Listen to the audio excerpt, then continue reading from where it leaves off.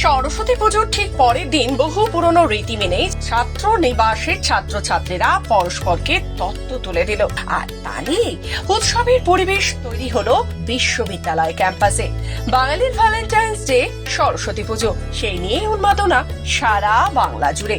হলুদ শাড়ি পরে, হলুদ পাঞ্জাবি আর হাতে হাত রেখে একসাথে অঞ্জলি দেওয়া। সরস্বতী পুজো মানে নানান নস্টালজিয়া।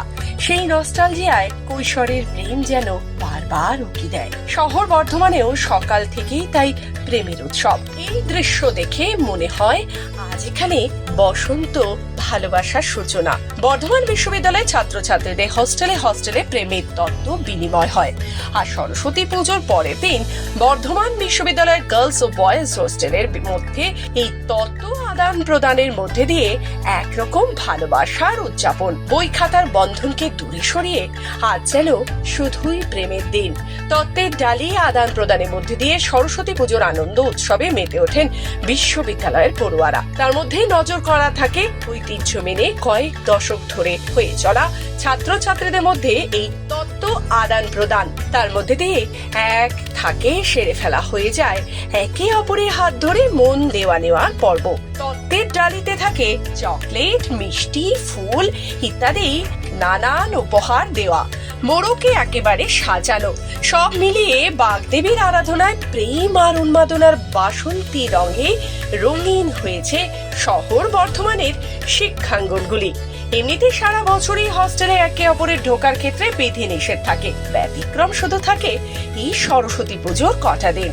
সরস্বতী পুজোর সময় এক আবাসন থেকে অন্য আবাসনে যাওয়ার সেই রুদ্ধ দ্বার খোলা হয়। তবে ছাত্রছাত্রীদের মতে এই অনুষ্ঠানের মাধ্যমে বন্ধুত্বের সুসম্পর্ক আরো নিবিড় হয়। সরস্বতী পুজো ও ঐতিহ্য মণ্ডিত তত্ত্ব আদান প্রদানের মধ্যে দিয়ে বলা যেতেই পারে গোটা বিশ্ববিদ্যালয়ের পড়ুয়ারা আনন্দে উচ্ছ্বাসে মাতোয়ারা হয়ে উঠেছেন। এইটা আমাদের এখানে বহু বছর ধরে হয়ে আসছে।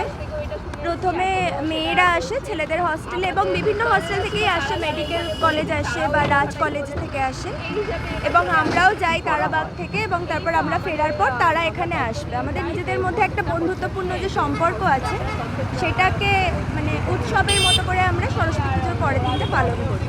দিনটা তো ঘোরাঘুরি করে কাটিয়েছি, আর আজকে প্রথা মেনে আমরা বয়েজ হোস্টেলগুলোতে যাব তত্ত্ব আদান প্রদান করতে। তো আশা করছি ভীষণ মজা করে হই হুল্লোড় করে দিনটাকে কাটাতে পারবো। এখন আমরা অরবিন্দু হোস্টেলে ছিলাম, এবার আইনস্টাইন হোস্টেলে যাচ্ছি তত্ত্ব নিয়ে। এটা আমাদের ইউনিভার্সিটির একটা রীতি, এটা বহুদিন আগে থেকেই হয়ে আসছে হোস্টেলদের মধ্যে ভালো সম্পর্ক বজায় রাখার জন্য। আজকের দিনটা তো খুবই ভালো করে কাটাচ্ছি, কারণ প্রত্যেকটা হোস্টেলের যে তত্ত্ব আদান প্রদান দিনটা প্রত্যেকের মধ্যে যে একটা সুসম্পর্ক বজায় রয়েছে সেটাই আমরা তুলে ধরার চেষ্টা করি এই তত্ত্ব বিনিময়ের মধ্য দিয়ে। এটাই আজকে এই তত্ত্ব বিনিময় প্রথমে মেয়েদের হোস্টেলে হয়েছে, এরপর ছেলেদের হোস্টেলের মধ্যে এই যে তত্ত্বের আদান প্রদান করছি। পূর্ব বর্ধমান থেকে সুমন বিশ্বাসের রিপোর্ট, খবর বাংলা।